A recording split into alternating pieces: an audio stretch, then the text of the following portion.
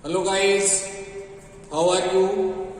I hope you all are well and fine and doing good. Once again I am here with the present perfect continuous tense. Before this, in the earlier session, we have learned present perfect tense.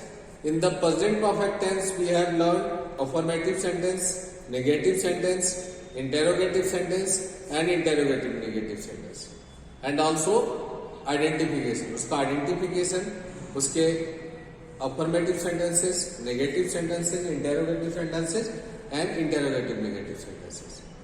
Okay, and today we will learn present perfect continuous tense.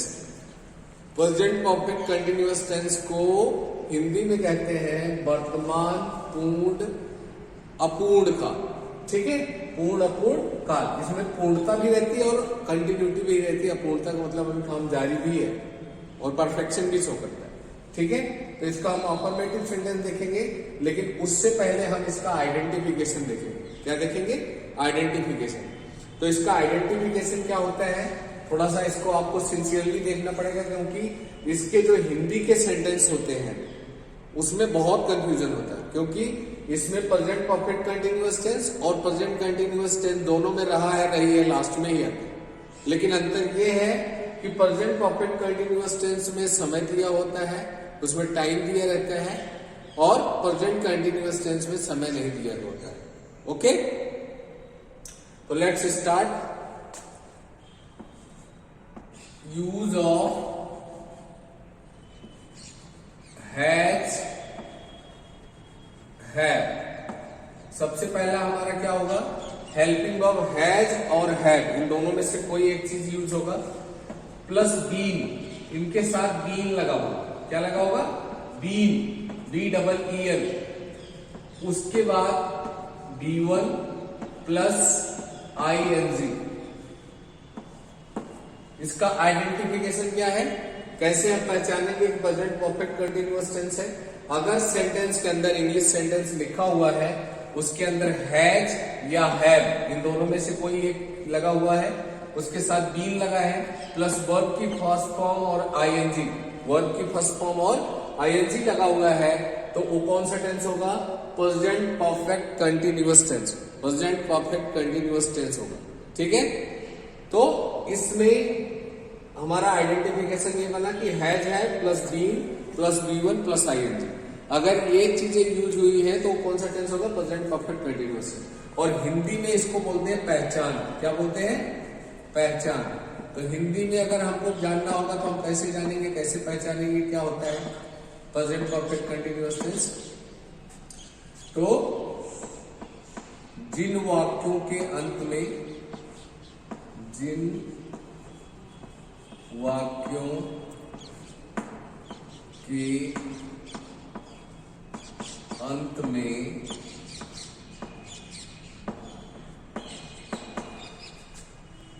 रहा है, रही है,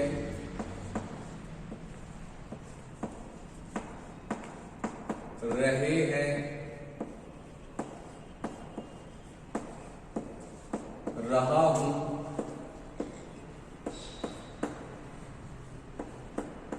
आज. इसके अलावा और रहा है, रही है, रहा हूं अगर आए, और आए, और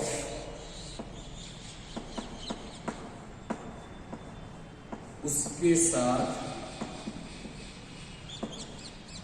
उसके साथ समय भी दिया हो, समय भी दिया गया हो, दिया गया हो, तो वह प्रेजेंट परफेक्ट कंटिन्यूअस टेंस कहलाता है. कंटिन्यूअस टेंस कहलाता है. कहलाता है। ओके, तो हमने क्या देखा, अगर इंग्लिश में इसका आइडेंटिफिकेशन करना है तो use of have plus been plus verb की फर्स्ट फॉर्म और आईएनजी ये लगा हो तो इंग्लिश के सेंटेंस में हम जान जाएंगे कि प्रेजेंट परफेक्ट कंटिन्यूअस टेंस क्या क्या लगा हो, हैज बीन प्लस वर्ब की फर्स्ट फॉर्म प्लस आईएनजी। और हिंदी में जिन वाक्यों के अंत में रहा है, रही है, रहे हैं, रहा हुआ है और उसके साथ समय भी दिया गया हो, उसके साथ समय भी दिया गया हो तो प्रेजेंट परफेक्ट टेंस कहलाता है।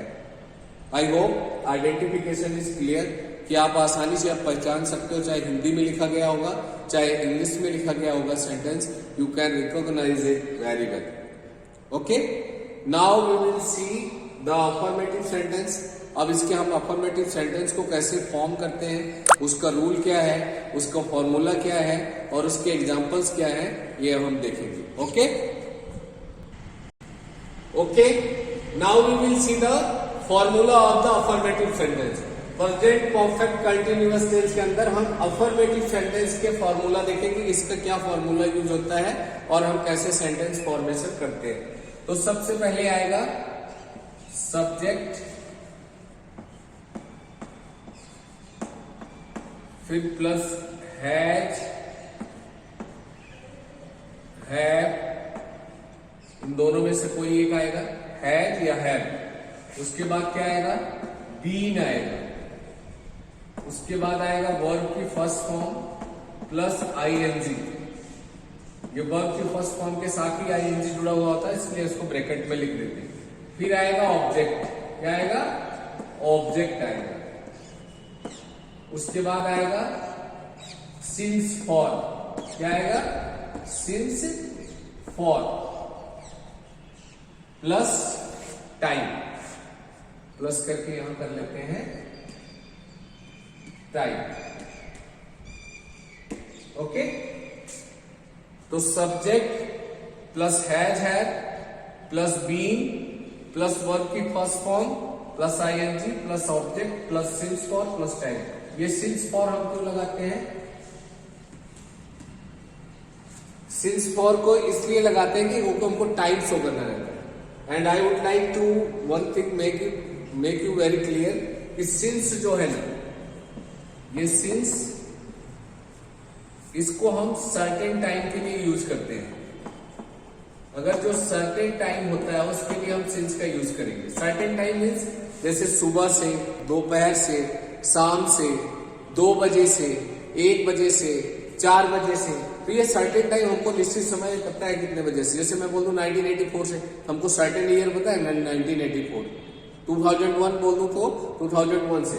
तो ये जैसे समय जो होगा इसमें, जैसे मैं लिख दूं 2 o'clock, क्या लिख दूं, 2 o'clock, 2 o'clock 1984 मॉर्निंग।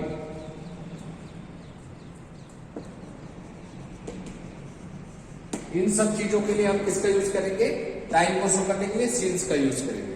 और फॉर किसके लिए यूज करेंगे, फॉर जहां पे अनिश्चित समय होगा, अनसर्टेन टाइम होगा, हम निश्चित नहीं होंगे, अनसर्टेन टाइम। इसके लिए कैसे, जैसे 2 आवर्स, मैं बोल दिया 2 आवर्स। अब एक डे में कितने 24 आवर्स होते हैं, कौन से 2 आवर्स से काम हो रहा है, आई डोंट नो। तो ये चीजें कंफर्म नहीं, सर्टेन नहीं, तो उसके लिए हम क्या लगाएंगे, फॉर का यूज करेंगे। किसका यूज करेंगे, फॉर। फिर 2 डेज, अब 1 वीक में 7 डेज होते हैं, कौन से 2 डेज से कर रहा है हमको पता नहीं है, 2 डेज, ये भी अनसर्टेन टाइम है। 2 ईयर्स लिख दिया मान लो, यहाँ 2 की जगह और कुछ भी हो सकता है, 2, 3, 4, 5 जो भी है, तो वो अनसर्टेन में होता है, 2 ईयर्स, ठीक है। जैसे लिख दिया कि 10 मिनट्स से लिख दिया, कौन से 10 मिनट से कर रहा है कि आई डोंट नो। तो इसके लिए हम क्या यूज करेंगे, फॉर। और सर्टेन टाइम के लिए क्या यूज करेंगे, सिंस। Is it clear. ये जानना बहुत जरूरी है आपके लिए, किसमें, प्रेजेंट परफेक्ट कंटिन्यूअस टेंस में सिंस का कहां यूज होगा और फॉर का कहां यूज होगा। I hope it is clear to all of you. तो ये सिंस फॉर को कीप इन माइंड और you can also note it down in your notebook. it is very useful in this sentence and mostly the sentence contains since for. इसमें time दिया ही होता है. Sometimes it happens there is no time. Okay. So now we will see the examples. I will erase it. इसको erase करेंगे और हम लोग क्या देखेंगे, एग्जाम्पल्स देखेंगे. आई होप ये सिंस फॉर का यूज कैसे करना है ये आपको क्लियर हो गया. ठीक है. ओके. तो लेट्स सी एग्जाम्पल्स करते हैं कुछ.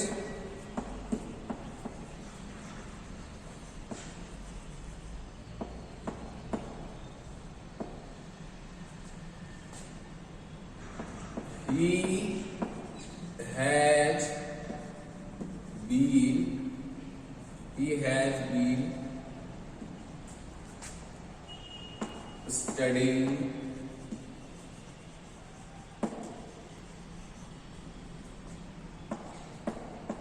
in this school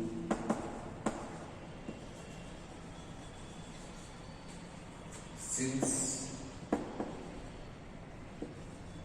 2015. मैंने लिखा he has been studying in this school since 2015. क्या लिखा? अब फॉर्मूले के अकॉर्डिंग देखते हैं. सबसे पहले हमको क्या लिखना था, सब्जेक्ट. हमने सब्जेक्ट लिखा ही. फिर हैज या हैव में से एक लगाना था. तो ये सिंगुलर सब्जेक्ट है इसलिए हैज लगेगा, हमने हैज लगा दिया. उसके बाद हमको बीन लगाना था, हमने बीन यूज कर लिया. फिर वर्ब की फर्स्ट फॉर्म के साथ आईएनजी लगाना था. तो ये स्टडी वर्ब की फर्स्ट फॉर्म थी, उसके साथ हमने आईएनजी ऐड कर दिया. उसके बाद इन दिस स्कूल ये अदर वर्ड्स में आ जाएगा. ठीक है. या ऑब्जेक्ट मान लो इसको. फिर हमने तुम्हारा टाइम था 2015, ये सर्टेन टाइम है, निश्चित क्लियर था, तो हमने सिंस यूज किया और 2015 को लिख दिया. ठीक है. Is it okay? अब इसको हिंदी में क्या होगा, इसका हिंदी देखते हैं. इसको अगर हम हिंदी में ट्रांसलेट करेंगे तो क्या होगा, ही को लिखते हैं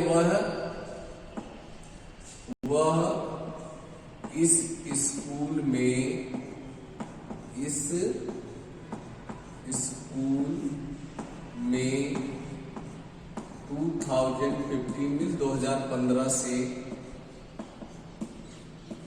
पढ़ रहा है.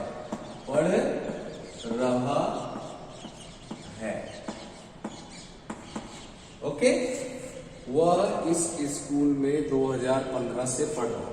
और इसको इंग्लिश में ट्रांसलेट करेंगे तो he has been studying in this school since 2015. Okay. Let's see one more example. मैं 2 घंटे से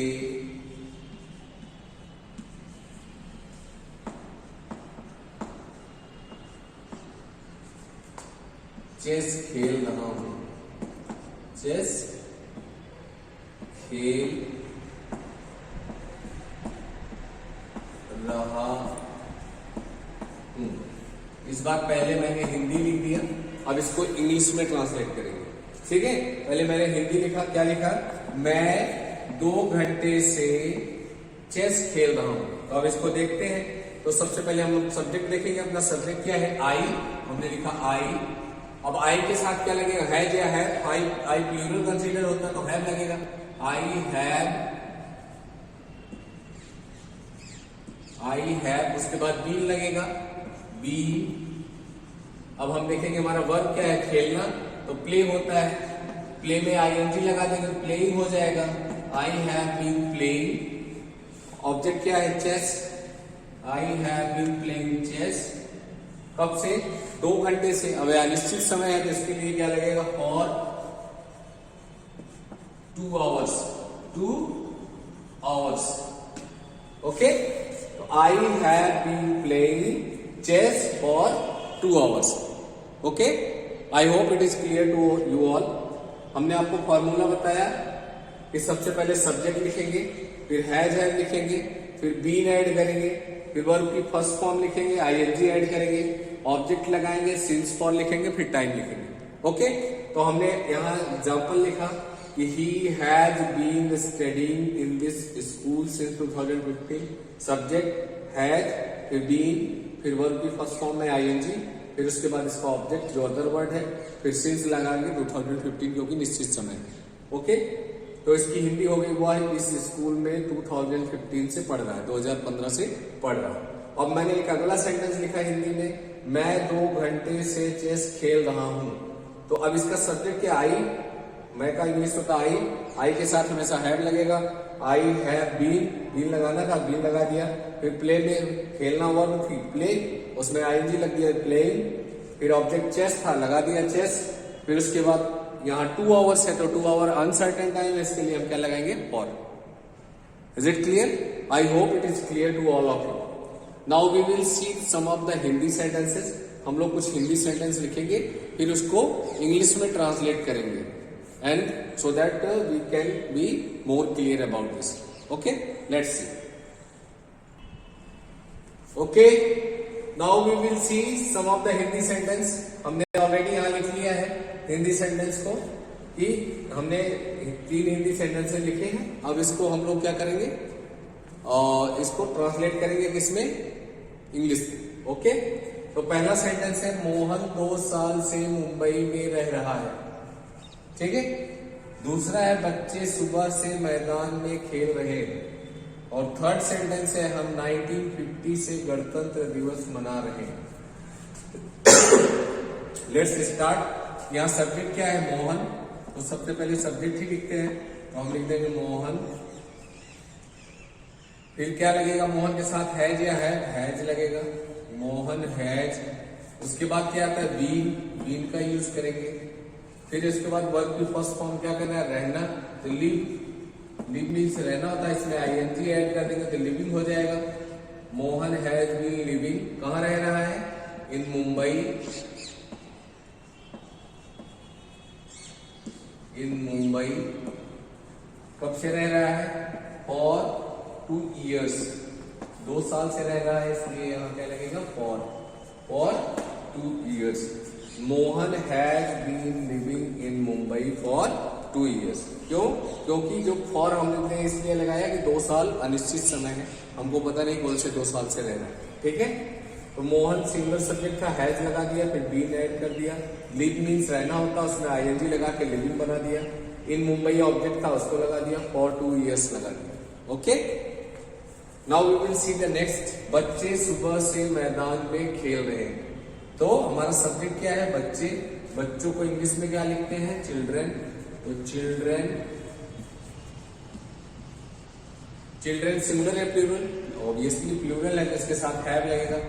चिल्ड्रन हैव, फिर बीन लगाएंगे, बीन। उसके बाद वर्ब क्या है, प्ले में आईएनजी लगा देंगे तो प्लेइंग हो जाएगा। Children have been playing in the ground. कहाँ खेल रहे हैं, मैदान में, इन द ग्राउंड। कब से खेल रहे, सुबह से, तो इसलिए सिंस लगेगा, सुबह निश्चित समय है, सिंस मॉर्निंग। ओके, तो children have been playing in the ground since morning. Subject क्या था, बच्चे। बच्चों की इंग्लिश होती है चिल्ड्रन प्लूरल है, हमने हैव लगाया। फिर बीन ऐड करना पड़ता है, बीन ऐड कर लिया। प्ले, खेलना की इंग्लिश प्ले होता है, प्ले फर्स्ट फॉर्म है, उसमें आईएनजी लगा दिया। इन द ग्राउंड, कहाँ खेलना है, ग्राउंड में। कब से खेलना है, सिंस मॉर्निंग, सुबह से खेल रहे हैं। Okay, it is clear. Now we will do the last one. हम 1950 से गणतंत्र दिवस मना रहे हैं। तो हम की इंग्लिश क्या होती है, वी। सबसे पहले सब्जेक्ट लिखेंगे वी क्या है, प्लूरल है तो इसलिए हैव लगेगा, वी हैव। फिर बीन ऐड करेंगे, बीन। फिर इसके क्या ऐड करेंगे, सेलिब्रेट मीन्स होता मनाना, सेलिब्रेटिंग हो जाएगा। We have been celebrating republic day,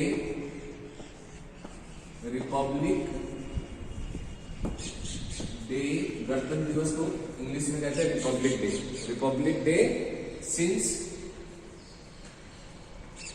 1950।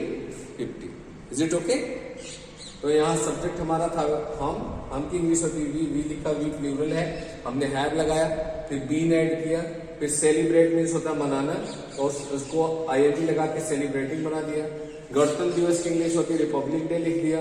कब से, 1950 से, तो सिंस 1950, क्योंकि सिंस 1950 जो है 1950 निश्चित ईयर है, वो हमको पता है कि निश्चित साल है, इसीलिए हमने सिंस लगाया। Okay, I hope it is clear to all of you. Subject has been, verb की first form ING, object since for और टाइम, ये फॉर्मूला हो गया। उसके अकॉर्डिंग हम लोगों ने टेंस कर लिया, इसके एग्जांपल्स कर लिए, प्रैक्टिस कर लिए, इंग्लिश से हिंदी कर लिया, हिंदी से इंग्लिश कर लिया। I hope it is clear to all of you. Now we will do negative sentence. अब हम लोग क्या बनाएंगे, इसका नेगेटिव सेंटेंस देखेंगे, उसका फॉर्मूला क्या होता है और उसके एग्जांपल्स क्या होते हैं। Okay okay guys, we will see now we will see the negative sentence. Present perfect continuous tense का नेगेटिव सेंटेंस देखेंगे कि इसका फॉर्मूला क्या होता है और इसके एग्जांपल्स को देखेंगे और इसके रूल्स को देखेंगे कैसे फॉर्म करते हैं। ठीक है, तो now we will see first of all formula. इसका फॉर्मूला भी सेम रहता है, इसमें नेगेटिव लगेगा और नेगेटिव कहां लगेगा, नॉट, वो देखते हैं। Subject plus have plus not. अब यहां पे नॉट लगेगा, उसके बाद बीन लगेगा। क्या लगेगा, been. Subject plus has plus not plus been plus object plus since for plus time, ये होगा नेगेटिव सेंटेंस। नेगेटिव सेंटेंस का फॉर्मूला क्या होगा, सब्जेक्ट लगेगा, फिर हैज या हैव दोनों में से कोई एक अकॉर्डिंग टू द सब्जेक्ट लगेगा, फिर नॉट लगाएंगे, फिर बीन लगाएंगे, फिर ऑब्जेक्ट, फिर सिंस फॉर, फिर टाइम। ओके,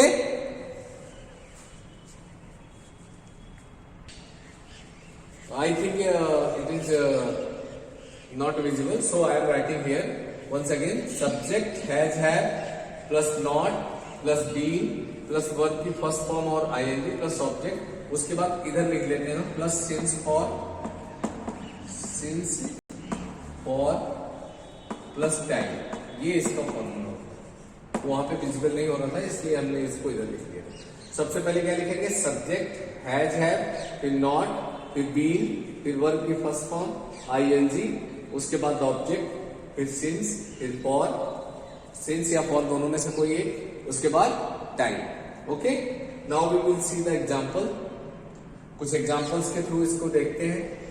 फॉर्मूले के अकॉर्डिंग एग्जांपल लिखेंगे, जैसे Ramesh has not Ramesh has not been attending class for 2 days. हमने लिखा Ramesh has not been attending class for 2 days। अब इसको अपने फॉर्मूले से मैच करते हैं, देखते हैं मैच होता है कि नहीं। सबसे पहले क्या लिखना था, सब्जेक्ट, तो सब्जेक्ट हमारा क्या हो गया, रमेश। फिर क्या लगाना था, हैज या हैव में से कुछ अकॉर्डिंग टू द सब्जेक्ट, तो रमेश सिंगुलर है, इसके साथ हैज लगेगा, हमने हैज लगा दिया। फिर अपने को क्या यूज करना था, नॉट, हमने नॉट लगा दिया। उसके बाद क्या लगाना था, बीन, फिर बीन का यूज कर दिया। फिर वर्ब की फर्स्ट फॉर्म और आईएनजी यूज करना था, हमने वर्ब की फर्स्ट फॉर्म अटेंड, उसमें आईएनजी यूज कर दिया, अटेंडिंग हो गया। फिर उसके बाद ऑब्जेक्ट, क्या नहीं अटेंड कर रहा था, क्लास। फिर सिंस फॉर दोनों में से कोई निश्चित या निश्चित टाइम के अकॉर्डिंग लगाना था, तो यहाँ निश्चित समय था 2 days, तो हमने फॉर लगा दिया, आगे टाइम लिख दिया 2 days, टाइम के अकॉर्डिंग टाइम लिख दिया। इसकी हिंदी क्या होगी, अगर हिंदी में हम इसको ट्रांसलेट करेंगे तो क्या होगा, Ramesh has not been attending class for 2 days। इसको हिंदी में लिखेंगे तो ये हो जाएगा, रमेश 2 दिन से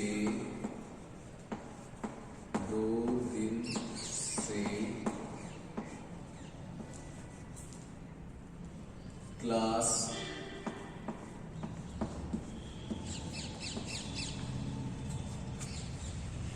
नहीं ले रहा है, नहीं रमेश 2 दिन से क्लास नहीं ले रहा है। ओके, ये इसकी हिंदी हो जाएगी। क्लियर? एक और एग्जांपल देखते हैं। क्या? They have not been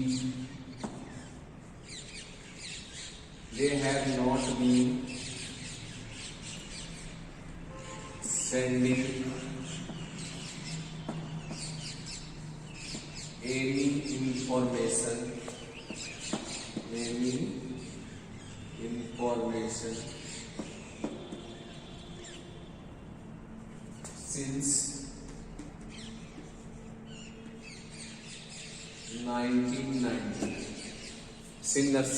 1990. They have not been sending any information since 1990. तो हमने सबसे पहले सब्जेक्ट लिखा, सब्जेक्ट प्लूरल है दे, तो हमने हैव लगाया, फिर नॉट यूज किया, फिर बीन लगाया, फिर सेंड फर्स्ट फॉर्म उसमें आईएनजी लगा के सेंडिंग बना दिया, ऑब्जेक्ट एनी इंफॉर्मेशन लिख दिया, फिर निश्चित समय था 1990 इसलिए सिंस लगा के 1990 लिख दिया। ओके, इसकी हिंदी क्या होगी? वे 1990 से कोई सूचना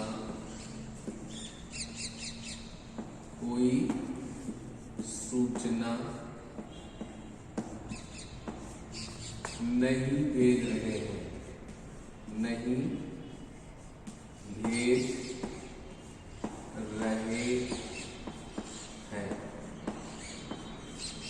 इसकी हिंदी क्या हो गई? वे 1990 से कोई सूचना नहीं भेज रहे हैं। ठीक है, they have not been sending any information since 1990। तो I hope it is clear. हमने क्या क्या देख लिया? प्रेजेंट परफेक्ट कंटिन्यूअस टेंस का आइडेंटिफिकेशन देखा, फिर उसके अफर्मेटिव सेंटेंसेस के रूल्स और फॉर्मूलाज देख लिए, उनके एग्जाम्पल कर लिए। अब हम लोगों ने क्या किया? नेगेटिव सेंटेंस देखा।